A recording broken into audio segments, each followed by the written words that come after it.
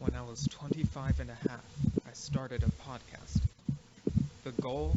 To review some of the newest and latest movies, along with some other stuff. With the help of my guests, I was able to do this, but there were dark forces tampering with my podcast, and with me. They called it an improvised podcast for some reason. I eventually found help in the form of myself. Yes, the me from a universe where the movies I reviewed got delayed. Apparently, my podcast made it to his universe. I know now that it is my duty, for the good of that universe, nay, the multiverse, to keep recapping and reviewing these movies, to hold listeners over until they could eventually see the movies as they were made in their world. For some reason, they come out differently in my world, but it's kind of entertaining that way. My name is Steven Shinder, and this is Delayed Replay.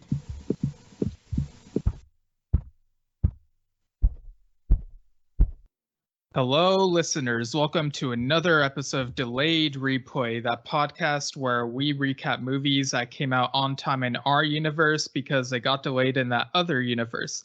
I'm your host, as always, Steven Shinder, and I've got a couple of people joining me once again to talk about Halloween Ends. So very exciting. First up, introductions are in order. First person, you may have heard him on last year's Halloween Kills episode. He's over at Fandom Empire on YouTube. It is Shawn Geroux. How are you? I'm great, man. My fiance and I today were actually joking around about people messing up my last name all the time, and you just nailed it. So way to go. Nice. Yeah, I think it helps that, like, last year I probably asked how it's pronounced, or maybe I heard it on IPC or something. I don't know. So glad I got it right. And the other guest, you may have heard him on some other episodes within the last several months. Pretty much on and off throughout this year, basically. It is Mr. Multiverse, also from YouTube. How are you? I am good. That's very good to hear. Before we get into Halloween Ends, listeners have heard how me and Shawn got into the franchise, but how did you get into the franchise, Mr. Multiverse? Kind of like how I get into all franchises. For some whatever damn reason, I usually watch a sequel before I see the original movie. And the first Halloween movie I ever saw I'll always watch the sequel. Somehow I will like watch the sequel first of a franchise and then watch backwards what was it like? Perfect example. I watched Return of the Jedi long before I saw A New Hope. Oh, that's funny. And I mean, lots of people watched A New Hope long before watching the first three movies. Okay, that's a lame joke. I'm sorry. Wait, so which Halloween sequel was it that you watched first? Halloween 5, Revenge of Michael Myers. A really bad movie. Oh, rough. Yeah. That's rough. And then like I watched them out of order. Like all of them I've watched out of order in one capacity or another throughout my life. And I didn't see the original film until I was like, I'd say 16. Michael Myers, the character, is probably my favorite slasher. Probably it always was, like, for the longest time, Freddy, but like for some reason Michael, especially this timeline, has definitely like renewed of why I think Michael is just a little bit better of a slasher character. Is probably because, like, for me, he's just like this force of nature, and these guys definitely get what makes Michael so scary. Just the idea of some guy just snapping and just going all out, just going out on a killing spree. Like, that's just a scary thought to me. Like, because it's such a possibility. Anyway, I'm rambling. Yeah, no, that's cool. Like, I'm often curious, like, why certain slashers are people's favorites. So yeah, that pretty much nails it. Yeah, in our universe, we got Halloween Kills last year, and it was full of like a lot of kills, and you had like that whole homage to the hospital sequence and Michael disappearing at the end of that. So What'd you guys think of where this one picked up? Like, how long after the previous one was? I personally like the 4-year time skip. At first I was like, okay, that's a little too long, but like now it makes sense because 4 years, like that's enough time for like Allison to train, and also it kind of gives us that like 4 years in a timeline that not only dealt with Michael, that dealt with a Michael Myers that essentially ravaged a town, like an entire town that left it mentally scarred, but also like deals with the after effects of like what happens when a not just a killer murders his way through a whole city, or excuse me, a whole town, but also that town's ramifications as well. So I didn't like the 4-year time skip. I thought that the way the last movie went, I figured we would be picking up the night of, like what was planned. And I guess the creators had different things in mind, and we took the time skip. But it just feels like we're missing something, considering how the last one ended. Yeah, it does make the trilogy feel a little bit less connected, because when the first one came out and they said this would be a trilogy, I was expecting it to be all in one night, but it kind of did the like what other franchises have done, like Young Justice did a time skip and it did it in a really cool way. But here it's like, I don't know, it's almost as if they did it because they're like, oh, how convincing can present day cars be? Like, will people believe it's still 2018 type of thing, when really it's not that big of a leap. So I kind of feel like they just made a decision that they really didn't need to make, but I guess I digress. No, I'm completely with you. see, I'm fine with it because, well, the original Halloween 2 was also more of the night he came home. But here's the thing: at the end of the day, there's only so much of one night. Like, Yeah. you basically have people complaining, how long is nights in Haddonfield? Is it just like, the winter, the solstice or whatever? It's got to be that. Like, people would just. Here's the thing: no one would be happy. Like, no one was going to be happy if they made it one night or if they time skipped to even like 1 year. So I came to peace with it, even like real quick, because again, I kind of want to see more of it. Halloween Kills open the door to what happens when you what happens to a town that kind of gives into their fear and anxiety and the ramifications of that. And I think Ends really does that very well. Yeah, I kind of get what you mean. So yeah, we talked about Allison's training. What did you guys think of how that was conveyed in the beginning of this? I mean, I thought the training was okay, but at the end of the day, it's like, is this Halloween or is it Rocky? How much are you gonna like? How do you train? Like, how do you prepare for something like that? And I don't know if there's a good way to make that look good. I know I sound very negative right now, but it'll change a little bit. I liked it. It's a little more like, again, Allison we kind of see flashes of that in Halloween Kills of her handling weapons and whatnot, but like at the same time, like you clearly see she was a novice at, and even Laurie, I really like how Laurie kind of just trains her in all this. Allison brings up a good point, is like, why doesn't anyone aim for his head? Why hasn't anyone in their lives aimed at Michael's head? We always go for chest shots or something like that. But Laurie brings up this whole thing of there's something that Michael, and it kind of does that kind of, is Michael mystical or not? And it just kind of leaves it vague, which I actually like. Rather than being like the whole, oh, it's a cult or, magic or something. It's just vague. And she brings up, there's something about Michael, like the mask, when you look at it, it just kind of instills you with fear and you just cannot like want to look at it. So I kind of like that there's like a psychological warfare thing, that there's a reason Michael wears that mask specifically, because like it's like psychological warfare or something. Is it a little half-assed? Is it a little bit of heavy-handed or half-assed kind of writing of why doesn't anyone just shoot Michael in the head? But at the same time, I'm like, it like that makes sense of like, it just kind of gives more, to me at least, it gives more, what's the word I'm looking for, like credence to the relevance of the mask. You know what I mean? Yeah, I hear you. Yeah, the training montage was a little bit cheesy. It was set against a remix of the Halloween theme song, but to make it a little bit more like faster and upbeat, so it's like, yeah, fierce determination type of thing, but it like kind of took me out of it for a moment, and I even heard some people in the audience kind of snickering about it. I kind of want someone to splice this song with Push It to the Limit. Yeah, Halloween High School Musical crossover when. What was it, a Rocky song, Push It to the Limit? Rocky, you have Eye of the Tiger. There's a song called Push It to the Limit. Oh, wait. Okay, yeah, I know which song you're talking about now. Song I was referencing. Okay, gotcha. Everyone's trying to be prepared for the next Halloween.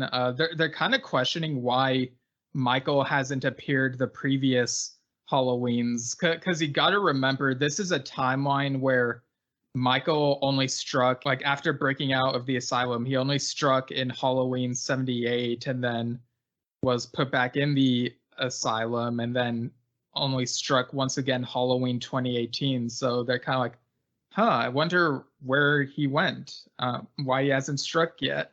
What did you make of this, Shawn? I mean, he might have been doing the Frank Costanza thing, just going down to Del Boca Vista, hanging out for a few years before coming back and getting it back on. No, I mean, Michael acts at random, right? Like, the best thing that they do with this is having him have no real motivation. And that's what makes him scary, as Tyler mentioned off the top. He's not Freddy, where he has a goal and he's going to go do that goal, or even Jason for that matter. He's just random. It's random evil. It's pure and simply evil. And the idea that he comes back, 4 years later, could have been 7 years later, could have been 9 years later. The important thing is it's on Halloween and it's 4 years later. And I think the idea that he waited some time would also make the characters, and it did, in fact, a little more paranoid, because you keep thinking it's going to happen and then it doesn't. And then once it finally does, you're caught off guard. So no preparation really readies you for the shape. Yeah, this is kind of something I wish they had done with Halloween 2018 instead of having him in the asylum that whole time. But yeah, it is cool that there are kind of little hints here and there, like news reports of like sort of hinting that he may have struck in these other locations across the country, and it's really random. So I do kind of like that. What about you, Mr. Multiverse? I liked it. It does give credence to Michael can just be can kill at random, and I like that. It also really, and this is something I think we'll go a little more into, but I really like how in the movie they talk about how Haddonfield is just kind of wanted to just not acknowledge Halloween. They go on lockdown. There's an armed neighborhood watch. That's something you would expect happen after something like that. After you would imagine a town would just freak out and just cancel an entire holiday for its entirety for the rest of its history, because one dude just took out a whole ass fire department, and that was a start. I also like how they do talk about, are there Shawn had mentioned, is Michael killing in different places? That just kind of adds to his mystery of, because again, they bring up, and I like about in Kills, is that Laurie didn't matter to Michael. She was just in his way. And I like that Michael would just go to different places and kill random people and leave. That would be something he would do. And I also like that there is that Jason Alexander is in here playing an Alex Jones of Haddonfield. Yeah, it's it's like we just can't escape George Costanza, Yeah. But that. yeah, so let's just go ahead and get into it. What would you think of that Jason Alexander appearance? I personally thought it was kind of weird, but then again, Danny McBride and David Gordon Green have had comedy actors and in their films. I mean, obviously, Big John, Little John in Kills, but here he's kind of it's not to an obnoxious level, but you already know, oh, Michael's gonna just destroy you, and I'm waiting because he just says some really he's clearly supposed to be Alex Jones, because he's saying rumors of Michael Myers is a socialist experiment created by the communist Democrat Party to kill. Could you imagine that in Seinfeld of George Costanza going off on this rant? Yeah, that would be really weird. It kind of reminded me of 2009 Halloween 2 when they all of a sudden had Weird Al in the movie. Like, it's kind of that level of sort of taking me out of it a bit. First off, let's be thankful that this movie was nowhere near as bad as Rob Zombie's Halloween 2. I'm okay with it because I love Jason Alexander and I've seen him in so many things. And I mean, was it Criminal Minds he was in at one point? I think it was Criminal Minds where he basically played a serial killer. And so, like, for me, he fits in any genre. But I know when you look at him, it's hard to not think George Costanza and the Tamales. Like, I never got that far in Criminal Minds, but I have seen the memes and they do intrigue me. Like, I do want to watch those scenes that he's in.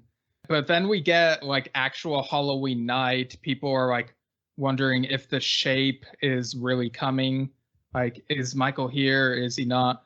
And the first place that he strikes is pretty unusual. He strikes this Waffle House during operating hours. It's a neat scene too because he just comes in through the back. Like he just I love it's like a distant shot because it's Allison whose car breaks down and she's trying to call Laurie, and you see Michael walking past her in a distant shot, and he just grabs a waitress who's throwing out the garbage and just slamming her head repeatedly into the dumpster, and then he just drags her body as he kicks open the door, and just basically tosses the body into the sink, and then just grabs a knife and just goes to town in that freaking Waffle House. Yeah, it's definitely not part of this complete breakfast. Shawn, what'd you make of the kills in this scene? He kind of, just makes it his own workshop, if you will. He's going to work. He remember back in Kills, he starts. I don't know if that's what he was doing necessarily, but he starts friggin' stabbing the one guy in the back several times until he gets a knife he likes. I think there is room for Michael to be violent and in your face too. It doesn't need to be, just in the background and in the shadows. I know that's what the original's based off, but I like the fact that they were a little, dare I say, vulgar with this a little bit, in your face, blunt. Most people don't expect that in Halloween. Yeah, I think my favorite kill in this scene is where Michael grabs one guy over the counter, drags him across the table, and then goes into the kitchen where the white waffle iron is, slams his head into it, and just starts like holding him down as he's like screaming and burning until like Michael just grabs the top end and just slams it as hard as he can and just crushes the guy's head. It's completely inaccurate, but damn, I love me those practical effects. Yeah, this waffle iron sequence, like when it was happening, it reminded me of that unused concept for Saw 2, where like one of the victims would have had to go through a waffle iron trap, but they decided to cut that out entirely.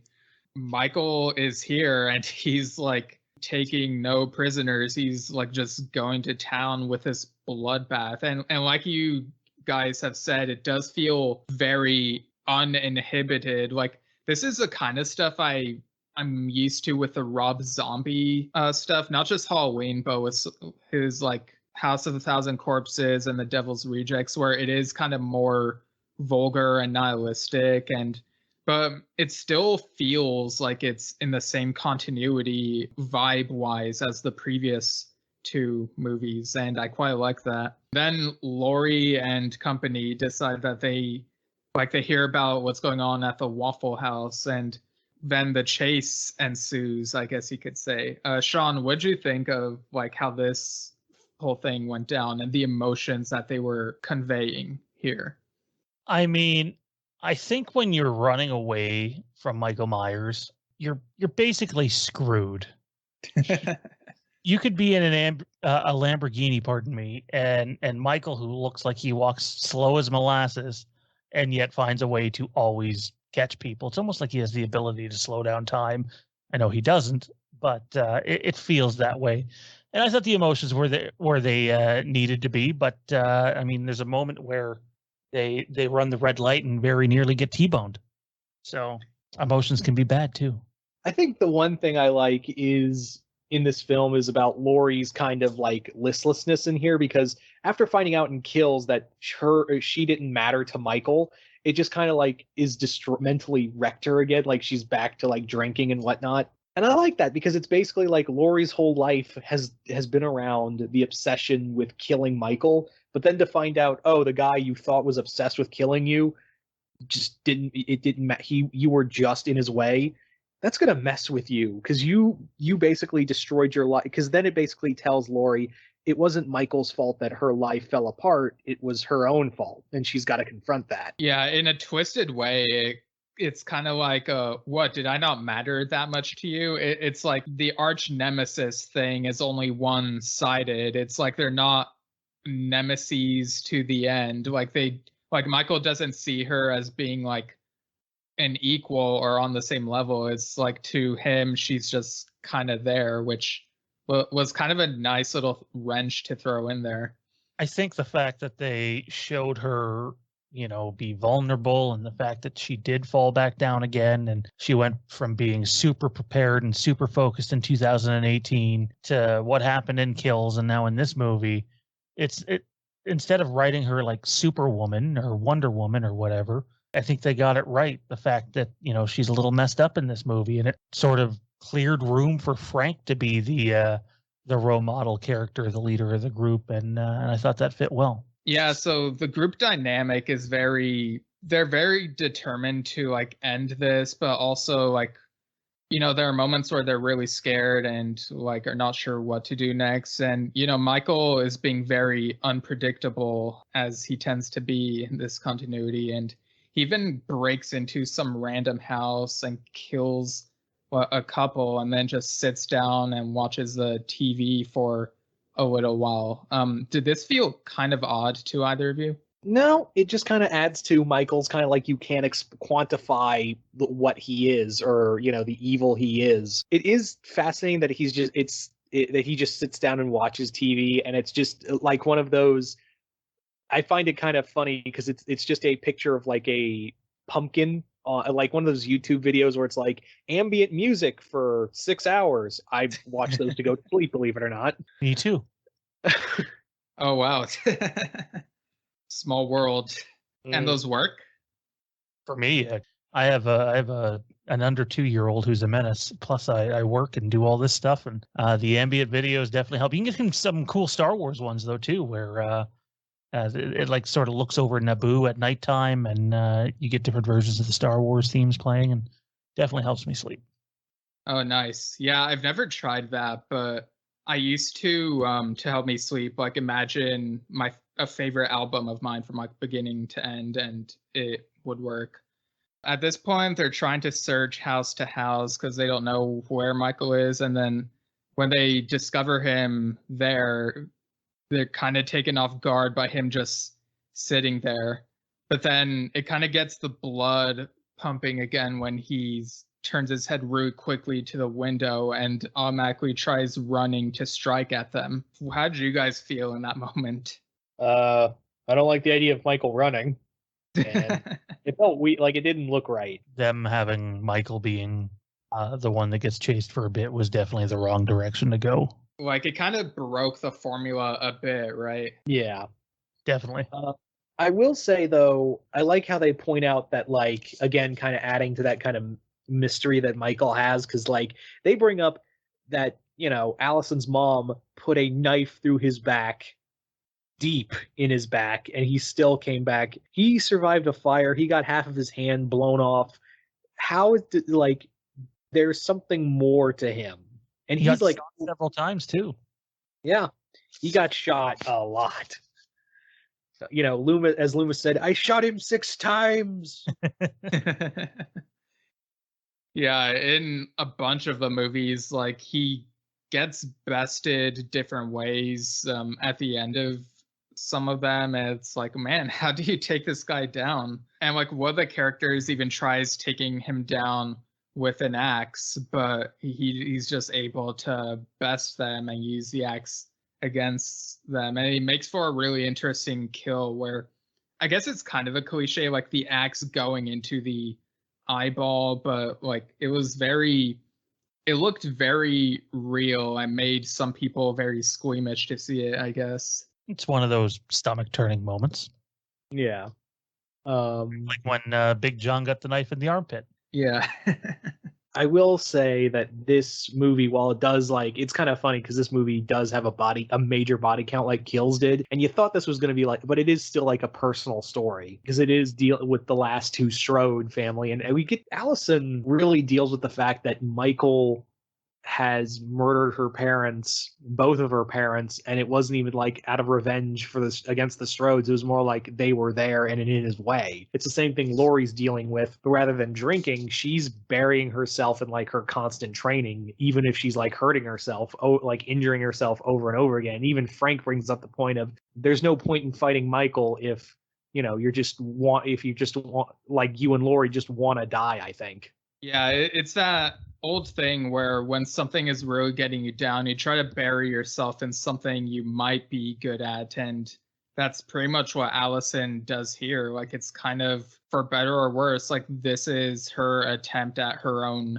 therapy, and trying to take down Michael is supposed to be this cathartic thing that could all of a sudden make everything better. There's also a fake out moment where they track Michael to this other house where there are skeletons in the living room, and the characters think that they are real skeletons, but it turns out that they are fake decoration ones, and people walk in, it's oh, we're just decorating, and then all of a sudden Michael comes out behind them and starts stabbing at them. There are just little surprise moments like that kind of got me. I don't know if it got either of you guys. I think this whole film had some surprise moments.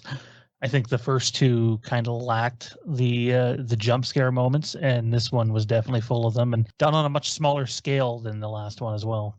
I will say that I've never cared for jump scares. It's a cheap tactic. And even with the two it had in this film, I was you didn't need this. None of the Halloween movies needed this, so you don't need it here. Don't be the Conjuring movies. Don't. Yeah, I've watched there are some good moments in the first two Conjuring movies, but for the most part, that universe hasn't really been doing much for me personally. But I mean, I guess I'll continue with some of those movies, see if I find anything I like a bit more. You won't. All right, fair enough. And what'd you guys think of how Frank tried dealing with Michael in this movie? Going into the movie, I thought if anybody was to end Michael, that they would probably have it be Laurie, but that's not what I want. I've never wanted Laurie to end Michael. And I thought personally, if they were going to do it, Frank would be the best option for it. That didn't end up happening, but at the end of the day, if there's a hero character in a horror movie, I would argue that Frank definitely plays the mentor / hero role prominently in this movie, and is far more aggressive in this movie than the prior two, although I suppose that's not hard when you're on your deathbed in one of them. That's a good point. Lots of people have this expectation that, it's that old slasher trope. The final girl has to be the survivor and take down the slasher, but they kind of allude to the possibility that this could turn it on its head. As much as Laurie has trained for this and she's become the Sarah Connor of this, I guess you could say, it's what I like about this continuity is that it's trying to keep us on our toes and second guessing. And, sometimes that'll work for some people, other times it won't. But I quite like how they're kind of playing with those tropes, kind of trying to subvert them a bit, or tease out the possibility of subverting them. I do like the idea that Frank in this movie, when he goes to confront Michael, he basically tells Laurie, you got to face the scariest thing you've never wanted to face, being a parent, even if it's a grandparent. So he's basically throughout the movie, Frank is talking to Laurie maybe the whole reason you obsessed over killing Michael was because you couldn't cope with being a parent. Maybe deep down that was your real fear, and you were covering that with your trauma. And that actually is like a thing people do. Like they'll use their trauma as like a security blanket, not to deal with other things. Like, it kind of reminds me of some of the stuff I see in the TV show Doom Patrol, like the way that they handle trauma and like family problems. And I really love how that show explores that stuff. And with these movies, it feels like it's not just slashing, like they're trying to touch into like really trying to say something. And sometimes it might not work for everyone, but I do admire the attempt to do something like that. He tells Laurie, like, your daughter's gone, Allison is all you have left, and you are all she has left. So what's it gonna be? Like, is the entire Strode family just gonna die? Like, is that what, because that's what you're leading everyone to, is like, you are basically Ahab. Michael's your white whale, but here's the twist.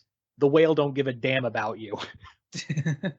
Frank brings up this brilliant parallel between Moby Dick and like the relationship between Ahab and the whale with her and Michael, because he basically brings up, yeah, the whale was just a whale. Like, it just did its own thing.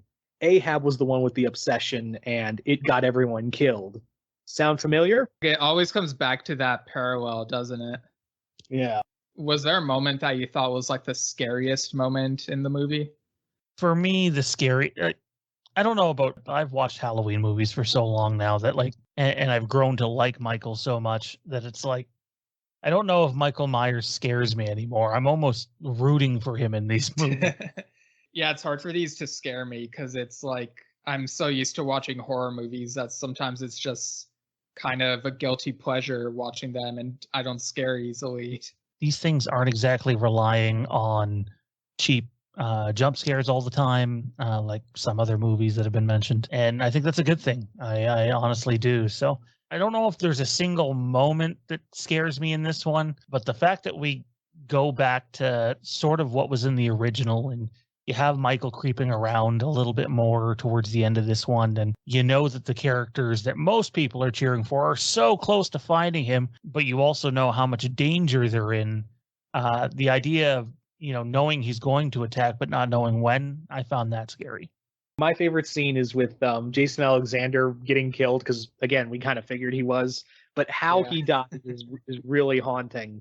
He's basically doing a live show and spoiling, because the new sheriff tells him, do not tell anyone that Michael is back in town. Of course, he opens his mouth and puts the whole town in a panic. And as the people are listening to over the radio, they hear him like talking about like, oh, Michael is just this octogenarian and created by, he's some, socialist experiment made by the Democrat. And then you start hearing him like choking, and over the radio you hear him like screaming, and the screaming gets louder and louder.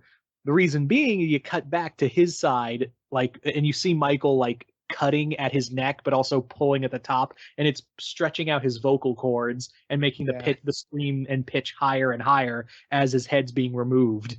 Very chilling. Like, it's kind of uncomfortable to see because I really love Jason Alexander, but it's also kind of comedic to me because, again, it's Jason Alexander. I also love the little moment where like there's just an armed militia of like these armed men, like oath keepers and whatnot, and they're like, we're gonna kill Michael in the name of freedom and all that, and they hear like Alexander's character getting brutally murdered over the radio, and they all, like, one guy throws up and they all just like panic and just flee back into their house and lock the doors. Yeah. What about the music? What'd you guys think of the music for this movie? They've knocked it out of the park every single one of these movies. Carpenter and his kid and his godson there.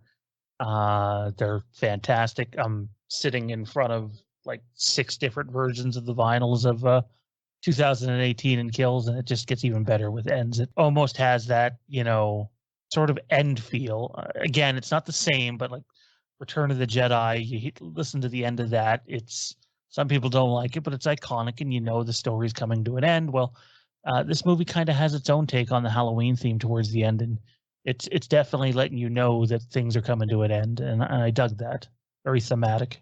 I think this is some of Carpenter's best work. Like he and his son and godson really pulled out all the stops for this one. This was a brutal Like some points it's brutal, like in kills. Other times it's very synth heavy. I also like that one song, "The Shape Returns," is very reminiscent of like your classic Universal monster movies. Like it's very like orchestral, which is a little out of Carpenter's wheelhouse, but I think he does enough with it, with doing a bit of synth to it, that it's a nice little blend of like the classic Universal monsters meets this 80s slasher genre. It's a nice little marriage of the two.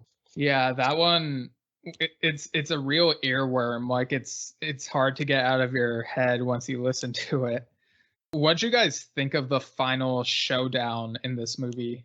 I think whenever there's a final showdown, your expectations go through the roof. And in terms of like the intensity and the physicality, I don't think it's where Kills was.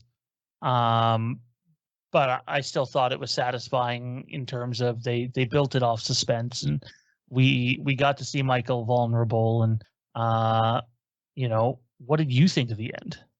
I liked it. It's actually kind of funny that even though it's in a warehouse and it's all blazing, I definitely got feels of the original 1931 Frankenstein film, where Michael, Laurie, and Frank are all just in this blaze, and it's almost like Laurie wants to stay in the fire just to make sure he dies. And keep in mind, Michael's mask is like burned off, and now he's like exposed, and this is like, holy shit, we're looking at Michael full face. Like this is not like covered in a mask, it's him, like we're seeing his full face. And man, the makeup effects for Jeju Courtney's Michael is really damn good. Right, like this does feel very Return of the Jedi. Like we've seen his face 2018, it's like you kind of see him without a mask, but he moves so quickly that you don't get a clear view of it. But this, yeah, it very much feels like a Holmes and Moriarty thing, where it's like the two nemeses kind of have to go down in order for the villain to be defeated. Very Reichenbach Falls.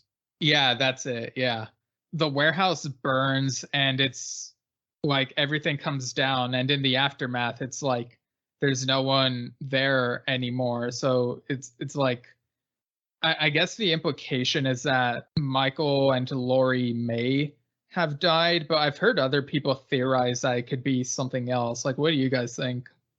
I mean, for me, it's the classic movie thing. We'll see how the movie does at the box office, and even though we call this one Halloween Ends, if it makes enough money, they tend to go and continue making these things. I mean, look at what they said. He started with Halloween 5. That's just criminal. That ending is kind of like, well, I kind of wanted a definitive ending, but like, this is the third time we've had Laurie die. I was kind of pulling for her to like complete that arc of not pursuing Michael and living with and just raising Allison. But I think the point was, I think she's a little too broken to do that. So Frank adopts Allison to help keep her from being the next Laurie Strode, essentially. I do like that. I do like that at least Allison is going to be left with the option to like break the cycle that has consumed her family. I was kind of hoping that maybe this is just the definitive death of Michael, and I would not be upset if this was the final Halloween movie ever. Like Hollywood just decides we're not going to do another Halloween movie anymore. I was like, yeah, this is the definitive ending for all of it. It does have that vibe. And like after this scene, we get like the 1 year later, and we see Haddonfield, and there are people like trick-or-treating and just partying, and the music sounds like it sounds like the Halloween theme, but in a more serene way. Yeah, like the camera just pans up and it just ends, like roll credits. There is a few other things I want to mention. There's been neat little cameos and references to the other movies, but here I like in the police station, there's this case file that Laurie looks through, and it has a reference to the Cult of Thorn. I was like, I hate the Cult of Thorn, but that was a neat little out of continuity thing. There's also a reference to Jason Alexander's podcast where he talks about the news of Stonehenge being stolen, a reference to Halloween 3. Oh yeah, Season of the Witch. Yeah, with the Cult of Thorn reference, I was like, oh, that's kind of odd, but maybe in this universe it's like a more grounded Cult of Thorn where it doesn't have the supernatural stuff. Like I don't know. Like it's probably just they probably didn't think about it that hard, and it's just a reference. Yeah. I mean, with the way Kills ended, it's kind of hard to not think Michael's supernatural at this point. But I like the sword stuff personally. Yeah. Even I 5. Also, I enjoy the cameo by Danielle Harris, the original Jamie Lloyd, playing that waitress that Michael just bashes her head in the dumpster in the Waffle House scene. Like that was cool to see Harris back in the franchise for the third time, because she was in the Rob Zombie movies. Yeah, that was something I didn't notice until like after watching the movie and seeing the credits. I was like, oh, that was her. Oh, okay. Because it's been a while since I've seen her in the Hatchet sequels. But yeah, that was kind of cool. I guess we can go into final thoughts and score out of 10. So, Shawn, what are your final thoughts and score out of 10 for Halloween Ends? I mean, as much as I love these movies, most of them anyway, when you title a movie Halloween Ends, you should probably end it. And this kind of felt like it was way too ambiguous, and the door's still open. That aside, the suspense in this movie is great. There's a little less comedy in this movie than the previous two. All in all, I'd give it a 7.5 out of 10, but ultimately you failed to deliver on a promise. 7.5 burnt jack-o'-lanterns. Nice. All right, what about you, Mr. Multiverse? I will agree that the ending does feel a little too ambiguous for my taste. I feel like we should have just gotten a definitive ending rather than leave the door open for the possibility of a sequel. Because, Jamie Lee Curtis is not going to do this again. She's not going to keep doing this movie again. And Michael will probably be like 70 years old. So, yeah. I mean, Michael at 60 is like scary enough, but like there's a point where the suspension of disbelief comes in. But I do think this film deals with trauma, and the trauma, not only that Laurie and Allison feel, but everyone around them. I think it handles that pretty well. And also, I'm such a gore hound. There are some just great gore scenes in here, and I'm going to give this 8 severed Jason Alexander heads out of 10. Yeah, I echo those sentiments of the ending being maybe a bit too ambiguous. Like, again, like without actually seeing Michael dead and like actual dying like on screen, you run into that.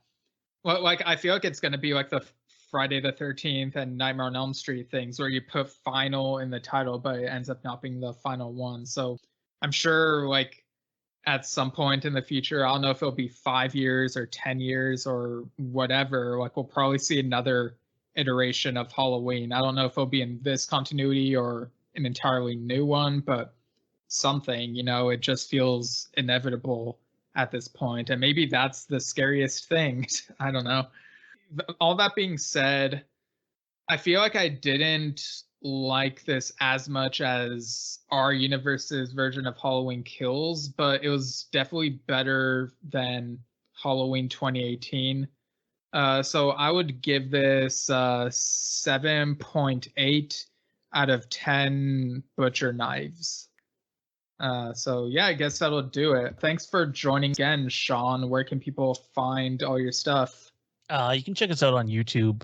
Our main channel's Fandom Empire, and we just launched a Star Wars channel called Star Wars Fandom.